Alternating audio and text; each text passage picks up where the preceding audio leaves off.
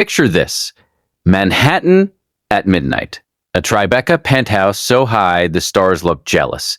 Champagne flutes catching light like tiny blades. Laughter that costs more than most people's rent. Ethan Hale stands at the center of it all. Ex-Marine turned Wall Street king, $200 million in the bank, a wife who still stops traffic after 15 years, and a best friend who calls him brother, like it's gospel. Tonight, they toast to winning. To unbreakable bonds. To a life most people only dream of in color. He kisses his wife goodnight. He claps his partner on the back. He looks out over the glittering city and feels, for one perfect moment, completely safe. He has no idea in less than 30 days the two people he trusts most in the world will bury him alive, and smile while they do it. New York City never slept, and neither did Ethan Hale on nights like this. The Tribeca penthouse pulsed with the low thrum of jazz from a live trio in the corner, the kind of music that screamed old money even when the playlist was curated by a 20-something Brooklyn DJ. Floor-to-ceiling windows framed the glittering skyline like a goddamn postcard. One World Trade Center stabbing the sky, the Hudson River a black ribbon threaded with fairy lights. At 40, Ethan had clawed his way from a blue-collar Boston neighborhood to this.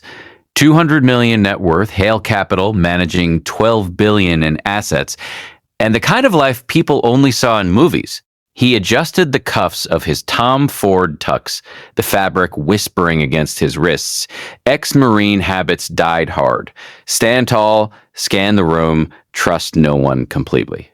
But tonight he let himself relax. Rebecca was laughing across the marble island in the open kitchen, her black cocktail dress hugging curves that still made his pulse jump after 15 years of marriage. Auburn hair swept over one shoulder, green eyes sparkling under the recessed lighting. She caught his gaze and blew him a kiss, the diamond tennis bracelet he'd given her last anniversary, catching the light like a promise. "King of the Hill strikes again," came a voice at his elbow.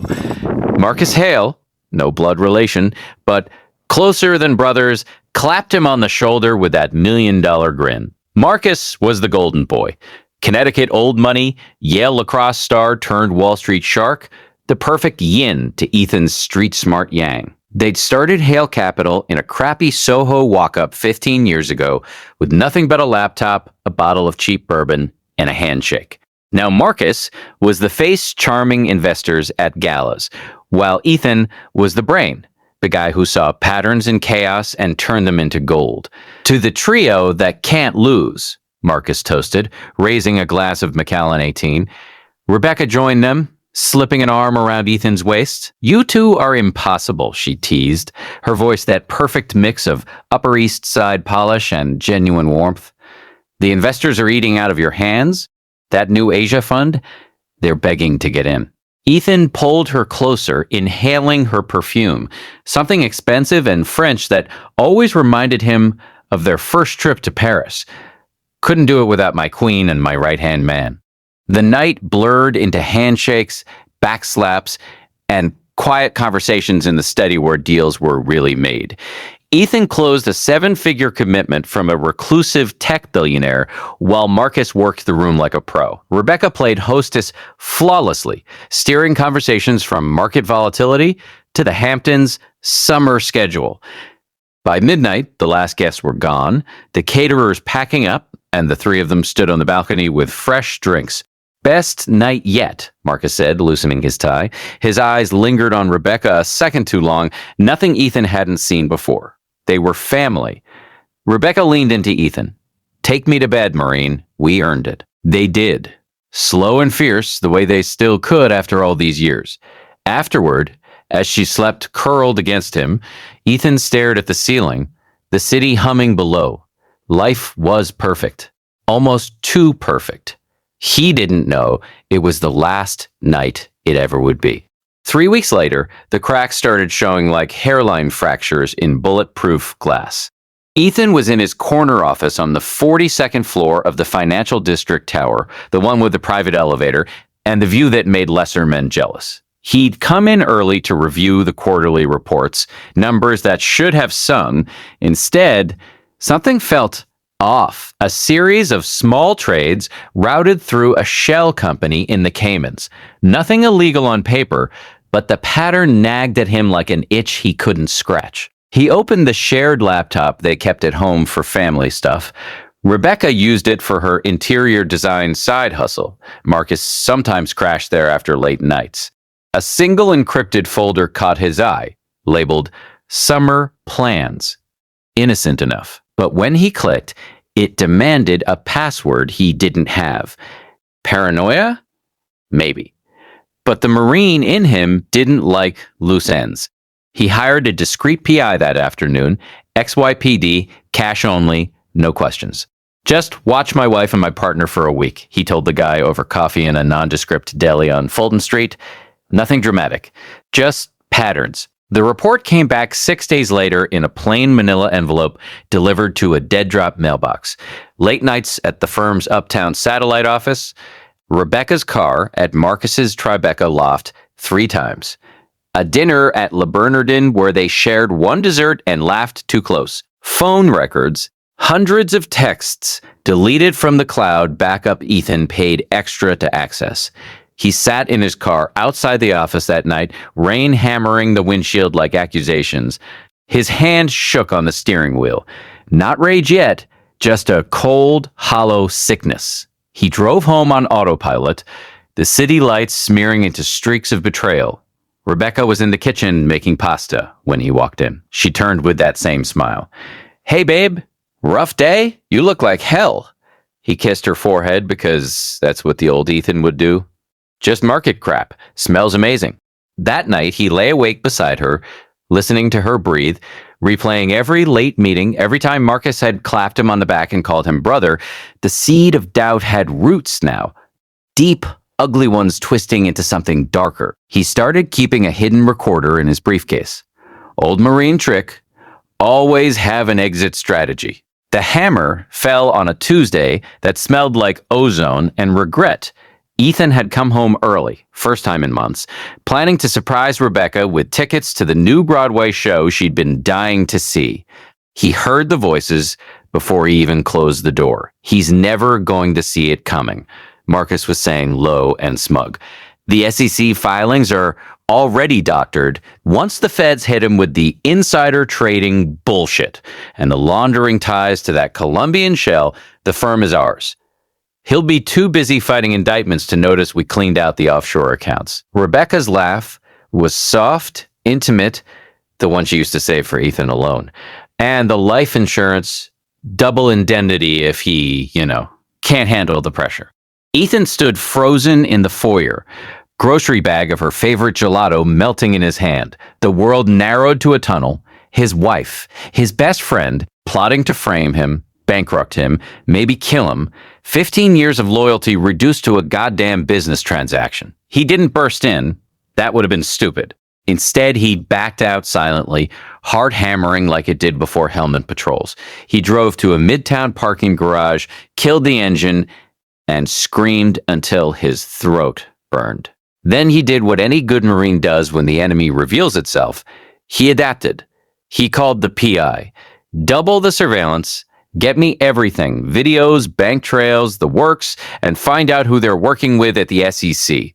Over the next 48 hours, the evidence piled up like bodies in a war zone. Videos of them in Marcus's loft, naked, laughing, planning every detail. Rebecca forging Ethan's signatures on documents. Marcus routing firm money through accounts tied to known money launderers. They'd been at it for 2 years, the affair, longer. Ethan made copies of everything, hid the originals in a safe deposit box under his dead mother's maiden name. Then he waited. The FBI raid hit at 7:15 a.m. on Friday. Suited agents swarmed the office like locusts, cuffing him in front of stunned traders while CNBC cameras rolled outside. Ethan Hale, you're under arrest for securities fraud, money laundering, and conspiracy. Rebecca stood on the sidewalk in designer sunglasses, playing the devastated wife for the press. Marcus was right behind her, hand on her shoulder like a supportive partner. "We'll get you the best lawyers, brother," he called out, voice dripping fake concern. Ethan met his eyes through the squad car window and smiled for the first time in days. A cold, dead smile. "See you soon, brother." The trial was a media circus. Wall Street wolf-caged headlines, paparazzi chasing Rebecca to spin classes, Marcus on every financial show claiming he was shocked and saddened. The evidence they planted was ironclad. Doctored emails, wire transfers with Ethan's forged signatures, even a suicide note draft on his home computer that the feds found. Rebecca testified against him in a black suit and pearls, tears perfectly timed. "I trusted him with everything. I had no idea." The jury ate it up. Marcus took the stand looking every inch the grieving best friend. Ethan's own lawyer, court appointed after they froze his assets, begged for a plea. Ethan refused. He sat ramrod straight in his cheap suit, staring at the two people he'd loved most, while the judge handed down the sentence: 24 months in federal prison, full forfeiture of assets, lifetime ban from securities. The marshals led him away in cuffs. Rebecca never once looked him in the eye. Federal Correctional Institution Otisville wasn't the country club prison the movies promised. It was concrete and regret, the air thick with bleach and desperation. Ethan arrived with nothing but the clothes on his back and a burning coal in his chest, where his heart used to be. First week he got jumped in the shower.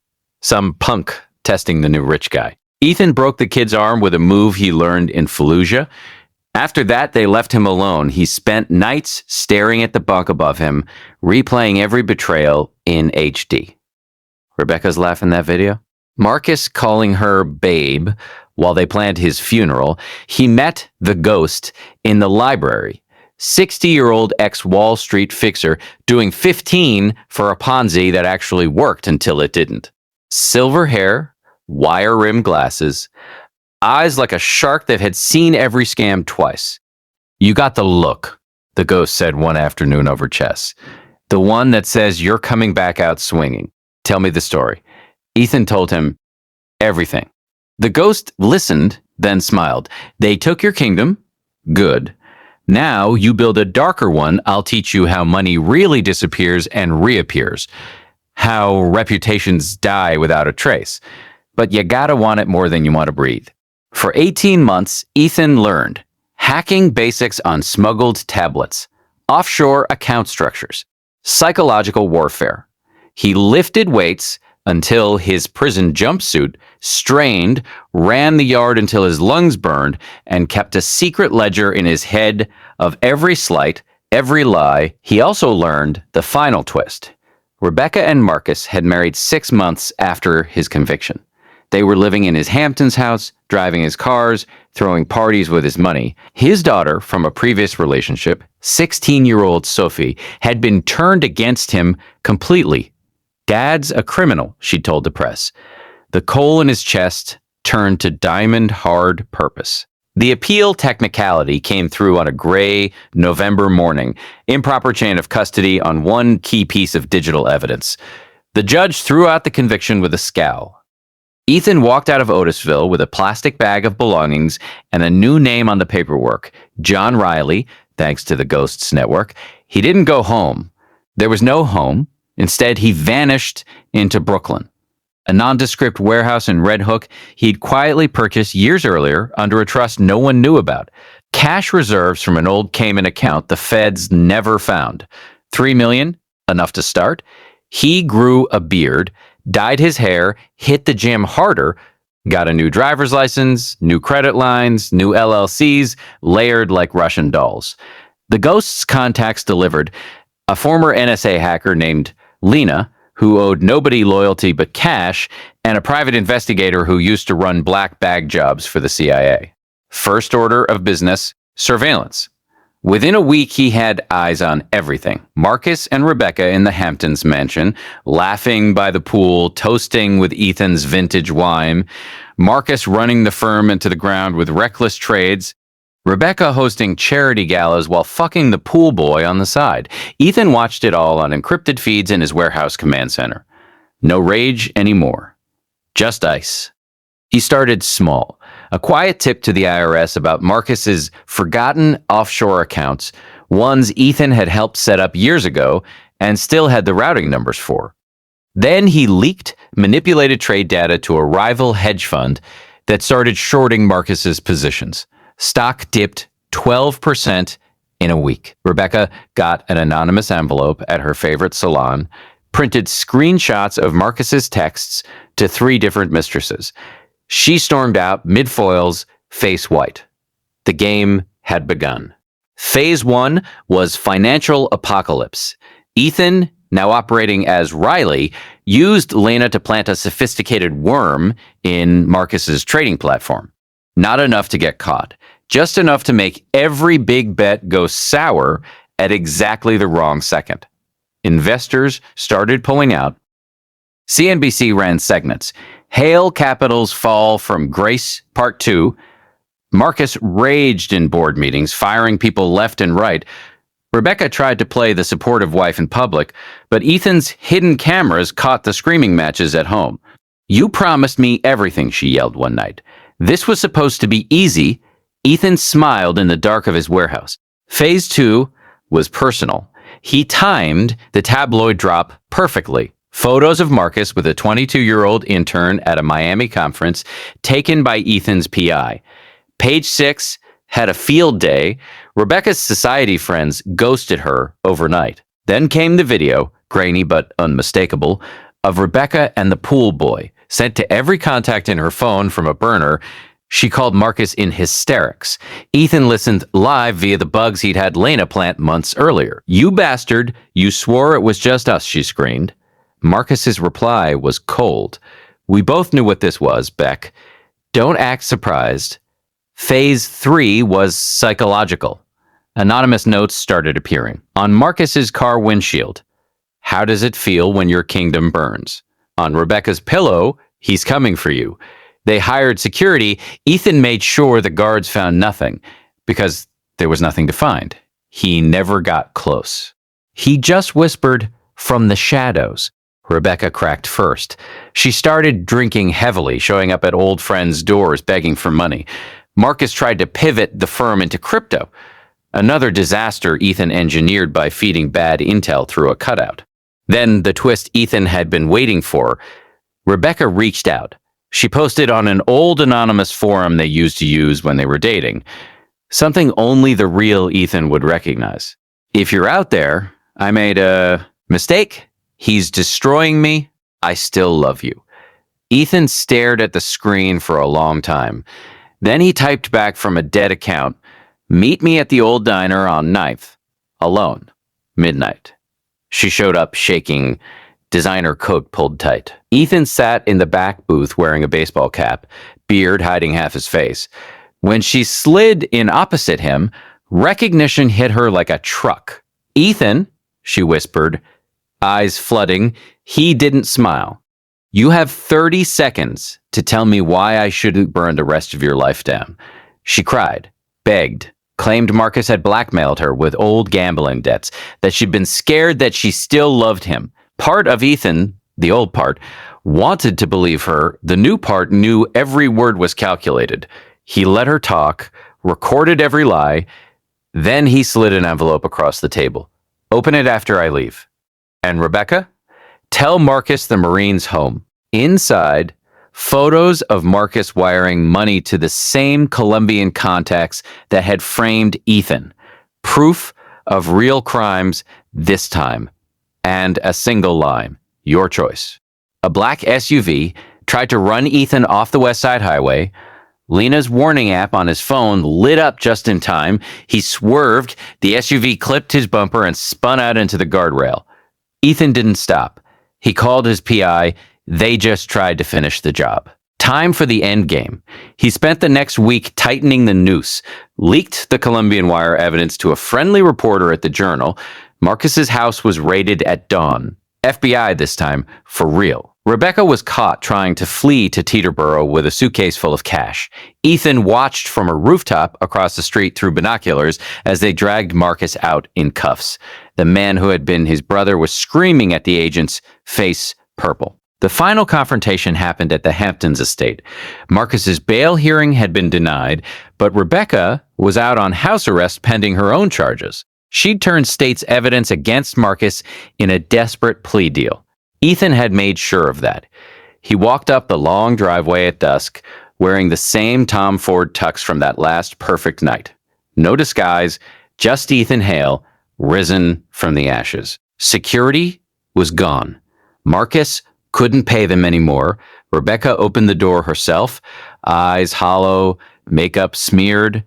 "You came," she whispered. He stepped inside the house that used to be his, the same art on the walls, the same view of the ocean. Everything tainted. Marcus was in federal lockup, but Ethan had arranged a video link through Lena. The big screen in the living room flickered to life. Marcus's face appeared, gaunt, unshaven, eyes wild. "You son of a bitch," Marcus spat. "How?" Ethan sat on the leather couch that still smelled like Rebecca's perfume. "You taught me, brother. You took everything. I just took it back." With interest. He played the recordings. Every conversation, every laugh, every plan to kill him. Rebecca sobbed in the corner. Marcus raged until the feed cut when the guards dragged him away. Ethan stood. "The feds have everything now. Real evidence. You two will both do time. The firm is gone. The money's gone. Your names are poison. And Sophie, she knows the truth now. I made sure." Rebecca crawled toward him on her knees. "Please, we can start over. I love you." He looked down at the woman he once promised forever. "You killed that man in Otisville. This is what's left." He walked out without looking back. No gun, no violence. Just the cold, perfect justice they'd taught him. 6 months later, Ethan Hale, legally cleared, name restored, stood on a balcony in Austin, Texas. New city, new firm. Smaller, cleaner, built with the $3 million he'd protected and the contacts who'd never forgotten the real Ethan. Sophie lived with him now. Angry, hurt, but healing. They were learning each other again over barbecue and Longhorn football games. Lena sat beside him, feet up on the railing, sharing a beer. "You could have destroyed them completely," she said quietly. He shrugged. "I did, but I didn't become them." His phone buzzed, an alert. Marcus had been sentenced to 15 years. Rebecca took 7 in a minimum security facility. Their faces were everywhere, disgraced, broken, forgotten. Ethan raised his bottle to the Texas sunset. To the ones who survive, the city hummed below, different skylines, same promise. He had lost everything once. Now he had something better. A life built on truth instead of lies. And somewhere in the dark, 2 people who had betrayed the wrong man were finally learning what real regret tasted like. The end.